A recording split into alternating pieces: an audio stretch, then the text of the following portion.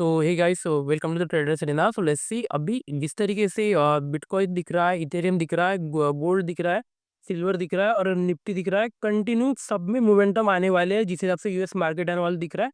कहीं ना कहीं नेक्स्ट वीक फॉरवर्ड हमको अच्छी खासी प्रॉफिट मिलने वाले हैं और जिस हिसाब से मार्केट कंटिन्यूसली एक ही रेंज में ट्रेड किया। डेफिनेटली कल बजट है, संडे के दिन में मार्केट ऑन रहेगा, तो फिर कहीं ना कहीं एक मोमेंटम मैं एक्सपेक्ट कर रहा हूँ बजट की वजह से। बिकॉज क्या है ना, कंटिन्यू अगर आप देखोगे 1, 2, 3, 4, 5, 6, 7 दिन हो चुके हैं, मार्केट एक ही रेंज में ट्रेड कर रहा है कहीं न कहीं।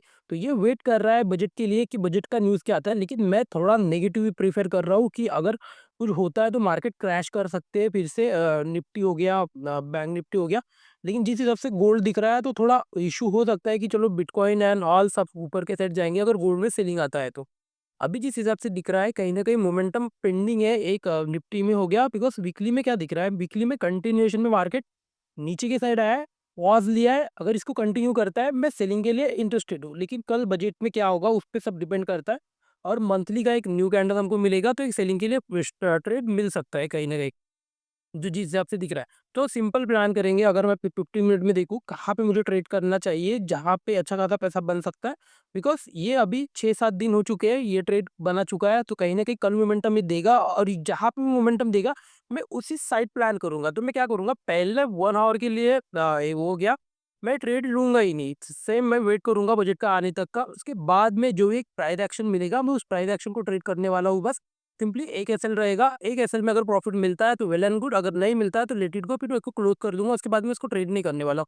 सिंपल फिर सीधा हम डायरेक्टली मंडे को ट्रेड करेंगे। बिकॉज़ क्या है ना, मोमेंटम अगर आना है और जिस हिसाब से वीकली का कैंडल दिख रहा है, मैं थोड़ा श्योर नहीं हूँ। लेकिन क्या होता है ना, न्यूज़ अगर मार्केट में है तो फिर doesn't care about candle and all, market news पे रिएक्ट करता है। आई होप चीज़ें आपको अंडरस्टैंड होगी। तो डिपेंड करता है बजट किस तरीके से आता है, वहाँ पे फिर हम प्लान आउट कर सकते हैं। तो सिंपल रखेंगे, अगर मार्केट 25,500 के ऊपर अगर रहता है तो मैं बाइंग के लिए ही प्लान करूंगा और इसके नीचे अगर रहता है तो मैं सेलिंग के लिए प्लान करूंगा और इसके बीच में मैं वेट कर जाऊंगा।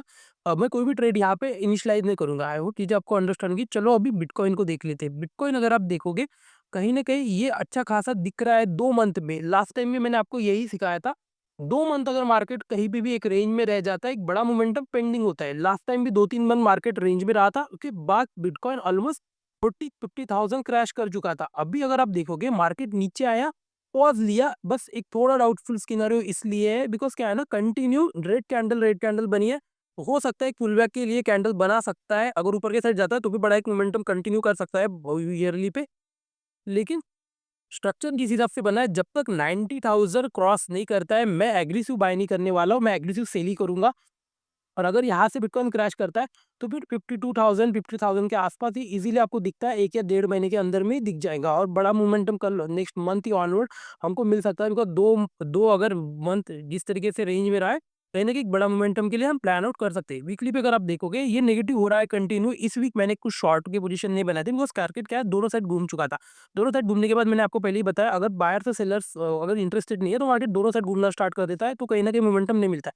यहाँ से अगर कंटिन्यू करता है तो एक बड़ा सा मोमेंटम हम प्लान कर सकते हैं। नेक्स्ट सपोर्ट यहाँ पे कहीं तो दिख रहा है 72,000 के आसपास। तो ये ऑलमोस्ट 10,000 पॉइंट इजीली फॉल कर सकता है मंडे ट्यूसडे के दिन, जिस हिसाब से दिख रहा है। अभी अगर हम इथेरियम को देखेंगे, इथेरियम भी सेम स्ट्रक्चर बना चुका है जिस हिसाब से बिटकॉइन बना रहा है। 2 मंथ से ये भी कहीं ना कहीं एक रेंज में ट्रेड हो रहा है, तो यहाँ पे भी हम एक्सपेक्ट कर सकते हैं एक बड़ा मोमेंटम नीचे की तरफ आएगा। और जिस हिसाब से इथेरियम दिख रहा है, बिटकॉइन जितना क्रैश नहीं करेगा उससे कहीं ज्यादा इथेरियम क्रैश कर सकता है। और ये एरिया मेरे लिए कोई इंटरेस्टिंग एरिया नहीं है। लेकिन क्या है ना, मार्केट बहुत ज़्यादा तो नीचे नहीं आ सकता और ये जिस हिसाब से स्ट्रक्चर बना चुका है, ये बाइंग का स्ट्रक्चर था। लेकिन मार्केट कहीं न कहीं खुद को होल्ड नहीं कर पा रहा है ऊपर के साइड। अगर ऊपर के साइड होल्ड नहीं करता है, ये सेलिंग के लिए आएगा और ये अगर सेलिंग के लिए आता है तो 1000 का प्राइस इज़िली और आ जाएगा। आई होप ये आपको अंडरस्टैंड होगी जिस हिसाब से स्ट्रक्चर दिख रहा है। चलो अभी गोल्ड और सिल्वर को देख लेते हैं। देखो, गोल्ड और सिल्वर जिस हिसाब से स्ट्रक्चर दिख रहा है, लास्ट टाइम मैंने आपको गोल्ड और सिल्वर पे पहले ही बताया था, मैं कुछ भी इस यहाँ पे बाय नहीं करने वाला हूँ। बिकॉज़ क्या है ना, मार्केट कंटिन्यू मूव कर रहा था। अगर आप ऑलमोस्ट देखोगे 2024 से मार्केट कंटिन्यू बाइंग के साइड मूव कर रहा है और मैंने आपको लास्ट टाइम इसके स्ट्रक्चर बताए भी थे कि इस तरीके से जब भी मूव करता है, जब भी फॉल आता है, ये बड़ा फॉल करता है। अभी अगर आप देखोगे, अभी भी गोल्ड हो गया या सिल्वर हो गया, ये अभी तक ने करेक्शन हुए नहीं है।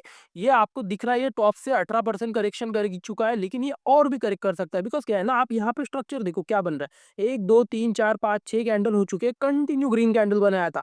और ये जब भी पीक लगाता है ना, कोई भी इंस्ट्रूमेंट हो गया, जब भी पीक लगाता है ना, ये कैंडल बहुत बड़ा-सा बना देता है। फिर उसके बाद ये क्या करता है, ट्रैप करता है बायर्स को, बिकॉज़ क्या है ना, जब ये न्यूज़ में आएगा तभी तो लोग ट्रैप होंगे ना, तब ये क्या करता है, ये नीचे की साइड आ जाता है। अभी अगर आप देखोगे गोल्ड हो गया, सिल्वर हो गया, ये कंटिन्यू करेक्शन करने वाले, मुझे अगर ट्रेड करना है, I will looking for the selling. Because क्या है ना, इसके ऊपर जब तक जाता नहीं है, ये बाइंग के लिए जाने नहीं वाला। और आपको मैं बताता हूँ, ये 2-3 साल हो सकता है आपको पैसा ही ना दे। अगर आप गोल्ड में अगर इन्वेस्ट अभी कर रहे हो सकता है 2-4 साल के बाद 2-4 साल तक आपको पैसा मिले ही ना कुछ भी। आपको लॉसेस के अंदर ही जाए। तो 2-4 साल के बाद फिर ये मोमेंटम करे तो फिर पैसा बने। आई होप चीज़ें आपको मतलब अंडरस्टैंड हो रही होंगी। जिस हिसाब से स्ट्रक्चर मैंने लास्ट मंथ भी आपको बताया था कि मैं बाइंग के साइड बिल्कुल इंस्टा हाँ, इंट्राडे ट्रेड में कर रहा था गोल्ड में, कहीं न कहीं वहाँ पे भी अच्छे खासे प्रॉफिट मिले थे। लेकिन बहुत कुछ मिस हुआ है, और जो मैं नहीं चाहता हूँ कि आप मतलब अननेसेसरी ट्रेड करो, बिकॉज़ क्या है ना, हमारे पास अपॉर्च्युनिटी हमेशा रहेंगी, बट अगर हम पैसे ही खत्म कर देंगे तो फिर अपॉर्च्युनिटी का मतलब क्या रहता है? इसलिए अभी अगर आप देखोगे, सेलिंग के लिए मैं इंटरेस्टेड हूँ। जनरली क्या होता है ना, अभी ये स्ट्रक्चर किस तरीके से बन रहा है? क्या ये और एक कैंडल बड़ा-सा बनाने वाला है? अगर ये बड़ा-सा कैंडल बनाने वाला है, 2 चीज़ें हो सकती है। मैंने आपको क्या बताऊँ, अगर मार्केट क्रैश करता है तो एक एम पैटर्न पे क्रैश करता है। यहाँ पे सेम एम पैटर्न बना है। चाहे आपको ये विजुअलाइज़ करने के लिए थोड़ा प्रॉब्लम हो रहा होगा, लेकिन जनरली क्या होता है ना, मार्केट पहले नीचे आता है, फिर थोड़ा पुल करता है, उसके बाद अगर ये नीचे आता है तो ये सेलिंग के लिए आता है। यहाँ पे भी सेम स्ट्रक्चर बना था। पहले मार्केट नीचे के साथ लिक्विडिटी लिया, यहाँ पे लोग बायर्स ने जंप किया, उसके बाद जब मार्केट नीचे आया, उसके बाद कंटिन्यू सेलिंग के लिए मार्केट नीचे आ गया, और कहीं पे भी आपको हाथ लगा दिया नहीं होगा। मैंने भी इसमें ट्रेड नहीं किया था, मिस आउट हुआ है, लेकिन कोई इश्यू नहीं है। अभी भी अपॉर्च्युनिटी खत्म नहीं हुई, बिकॉज़ जिस हिसाब से मंथली भी दिख रहा है और क्रैश करेगा, मेरे हिसाब से गोल्ड को अभी ऑलमोस्ट आ जाना चाहिए 4000 के आसपास। ये इसका रीज़नेबल प्राइस है, मीन वैल्यू है। मीन वैल्यू की जो 4000 के आसपास दिख रही है, ऑलमोस्ट यहाँ से अगर हम देखेंगे 2000 पाउंड गोल्ड और गिर सकता है 2-3 महीने के अंदर, तो वहाँ तक हमारा प्लान आउट हो सकता है। सिल्वर अगर आप देखोगे, मैंने आपको सिल्वर का पहले ही चार्ट बताया था, जिस हिसाब से चार्ट दिख रहा है बड़ा क्रैश करेगा, गोल्ड से भी भयानक क्रैश करेगा, और अब अगर आप देखोगे सिंगल डे में 40% क्रैश कर चुका है अभी अगर आप देखोगे। और ये जिस तरीके से कैंडल बनाया है, आई लव दिस कैंडल। यहाँ से जब भी सेलिंग के लिए आता है, मैं एग्रेसिव सेलिंग करना प्लान करता हूँ। अभी अगर आप देखोगे, जिस हिसाब से कैंडल क्लोज किया है, यहाँ पे बायर्स और नहीं आने वाले हैं। और अगर आपको यहाँ पे लग रहा है कि ये सिल्वर हो गया, गोल्ड हो गया, अगर नीचे की साइड आ गया तो सपोर्ट है, करेक्शन कर चुका है, मैं बाय कर लेता हूँ। तो बिल्कुल भी इसको हाथ मत लगाना, ये कंटिन्यू और सेलिंग के लिए आने वाले हैं मंथली में। आप अगर नेक्स्ट मंथ देख रहे हैं, स्टार्टिंग में सेल ऑफ होने वाले हैं। अगर आपको बाय करना भी है लेट्स सी, तो आपको अगर एक स्ट्रक्चर मिल रहा है यहाँ पे लेट्स सी की बाइंग का डब्ल्यू पैटर्न मिल रहा है, हो सकता है 1 आवर में हो गया या डेली में हो गया, इस तरीके स्ट्रक्चर बन रहा है, तो बिल्कुल एसएल लगा के ही ट्रेड करना। अगर एसएल गलती से भी अगर आपने छोड़ दिया और यहाँ से अगर आप फँस गए, तो ये 3-4 साल तक आपके पैसे को मतलब पकड़ के रखेगा, या तो लॉस में बुक करना पड़ेगा, या तो फिर बने रहो इसके अंदर ट्रेड करने के लिए। तो इस तरीके से होने वाला है। तो यहाँ पे अननेसेसरी पैसे लगा के मतलब अगर मैं होता तो मैं यहाँ पे कुछ भी नहीं कर मतलब इंटरेस्टेड ही नहीं था, बिकॉज़ क्या है ना, 1, 2, 3, 4, 5, 6, 7, 8 कैंडल ऐसा क्या मूव कर रहा है? ऐसा क्या चेंज हो चुका है गोल्ड में या सिल्वर में कि इतने प्राइसिंग हो गए? देखो, एक पॉइंट हमेशा याद रखना, जो भी इंस्ट्रूमेंट 90 डिग्री में मूव करते हैं, ये कभी भी सस्टेनेबल होता नहीं है, बिकॉज़ क्या है ना, ग्रोथ इस तरीके से होती नहीं है। ग्रोथ अगर होता है, मार्केट 50% इस तरीके से अगर मूव कर रहा है, तो हम बोल सकते हैं कि हाँ, चलो ग्रोथ अच्छा है, ट्रेड इंडिया हो गया मार्केट में, ये ग्रोथ अच्छा है। लेकिन अगर 90% में से कंटिन्यू मूव कर रहा है, तो ये ग्रोथ नहीं होता है, ये सिर्फ स्पेकुलेशन होता है, जो ट्रेडर्स करते हैं। आई होप चीज़ आपको अंडरस्टैंड हो रही है। अभी अगर यहाँ से कंटिन्यू आता है, मेरा पहला ट्रेड होने होने वाला है 1 आवर के कैंडल फ्रेम पे, जब एक एम पैटर्न बनना स्टार्ट करेगा मंथली कैंडल पे, मैं वहाँ पे सिंपली ट्रेड प्लेस करने वाला हूँ इसी एरिया में कहीं तो, और अगर नीचे आता है तो फिर मैं इसको होल्ड कर जाऊँगा। अगर ये क्योंकि यहाँ पे होल्ड करना भी मतलब प्रेफरेबल रहेगा, बिकॉज़ क्या है ना, जिस हिसाब से मंथली का कैंडल दिखेगा, मंथली कैंडल अगर मतलब इस तरीके से अगर कैंडल बन चुका मंथली का, तो फिर क्या है ना, यहाँ पे होल्ड करने में इंटरेस्टेड रहेगा। पहला अगर ये लो लगाएगा 71 के आसपास, बिकॉज़ मंथली में अभी भी लोग इंटरेस्टेड रहेंगे बाय करने में लेकिन अगर ये यहाँ पे जिस हिसाब से मंथली में दिख रहा है, मैं इंटरेस्टेड नहीं हूँ, बिकॉज़ क्या है ना, ये कंटिन्यू अभी फॉल कर सकता है, और जिस हिसाब से स्ट्रक्चर बन चुका है मंथली में देखोगे, ईयरली में देखोगे, इतना रिटर्न कभी एक्सपेक्टेड नहीं होता है, और जिस हिसाब से रिटर्न बना है उस हिसाब से मोमेंटम दिया। अभी अगर हम यूएस 30 को देखेंगे, यूएस के मार्केट अगर देखेंगे, ये भी यहाँ पे भी कहीं न कहीं मोमेंटम बनने वाला है। 3 मंथ हो चुके हैं यूएस के मार्केट, ऑलमोस्ट 3 वीक से 3 मंथ हो चुके हैं, साइडवेज ही मार्केट बनाया है। ये ऊपर नीचे ट्रेड हो रहा है, और जिस हिसाब से दिख रहा है वीकली में भी कंटिन्यू 3 वीक से डोजी कैंडल बना चुका है। नेक्स्ट वीक ऑनवर्ड एक्सपेक्ट कर सकते हैं एक बड़ा सा कैंडल बने, चाहे बाइंग के साइड बन सकता है, सेलिंग के साइड बन सकता है, वी डोंट नो।